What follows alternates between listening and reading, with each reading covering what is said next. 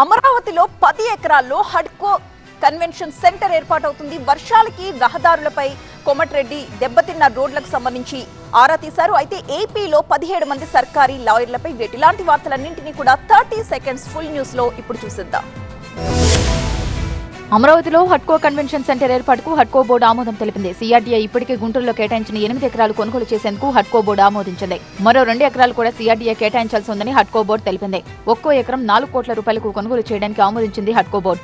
మొత్తం 10 ఎకరాల్లో హడ్కో convention centre అభివృద్ధి చేయడానికి అవసరమైన అన్ని అనుమతులకు బోర్డు ఆమోదం తెలిపింది. హడ్కో నిర్మించదలపెట్టిన భవన నమూనా లేఅవుట్ వివరాలు కూడా హడ్కో బోర్డు వెల్లడించింది. ఈ వివరాలను కేంద్ర మంత్రి పెమ్మసాని చంద్రశేఖర్ కు కేంద్ర మంత్రి మనోహర్ లాల్ ఖట్టర్ కు చేసిన ట్వీట్ లో వెల్లడించారు.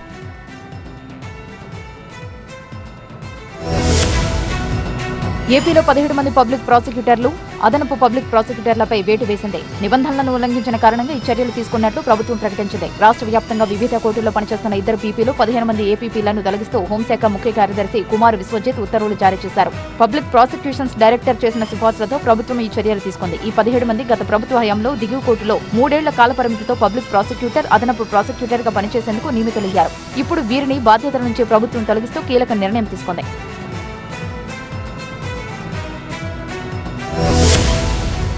తెలంగాణలో ఇటీవల కురిసిన కుండపోత వర్షాలకు రోడ్లు భారీగా దెబ్బతిన్నాయి. చాలా చోట్ల రోడ్లు చిత్తడిగా మారి గుంతలు ఏర్పడ్డాయి. దీంతో వర్షాలకు దెబ్బతిన్న రోడ్ల వివరాలపై తెలంగాణ మంత్రి కోమటిరెడ్డి వెంకటరెడ్డి ఆరా తీశారు. కల్వట్టులు, బ్రిడ్జీలు దెబ్బతిన్న రోడ్ల వివరాలను అధికారులను అడిగి తెలుసుకున్నారు. రోడ్లు, కల్వట్టుల వద్ద పునరుద్ధరణ చర్యలు చేపట్టాలని, వంతెనల శాశ్వత నిర్మాణాలకు ప్రతిపాదనలు రూపొందించాలని ఆదేశించారు. దెబ్బతిన్న మౌలిక సదుపాయాల పునరుద్ధరణకు అవసరమైన నిధుల అంచనాలను త్వరగా సిద్ధం చేసి తనకు సమర్పించాలని మంత్రి కోమటిరెడ్డి ఆదేశించారు. రాష్ట్ర వ్యాప్తంగా రోడ్ల పరిస్థితిని ఎప్పటికప్పుడు సమీక్షిస్తూ ప్రజలకు ఎలాంటి ఇబ్బందులు లేకుండా చూడాలని ఆయన అధికారులను కోరారు.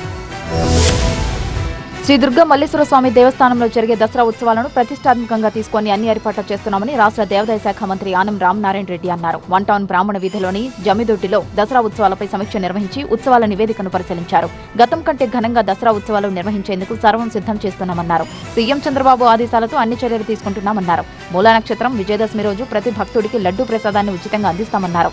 ఉత్సవాలను జయప్రదం చేయడానికి అన్ని శాఖల్లోని సిబ్బంది సన్నద్ధంగా ఉండాలని ఆదేశించారు. అన్నప్రసాదం, తాగునీరు అందుబాటులో ఉండాలని, సామాన్య భక్తుడికి అగ్ర ప్రాధాన్యమని తెలిపారు.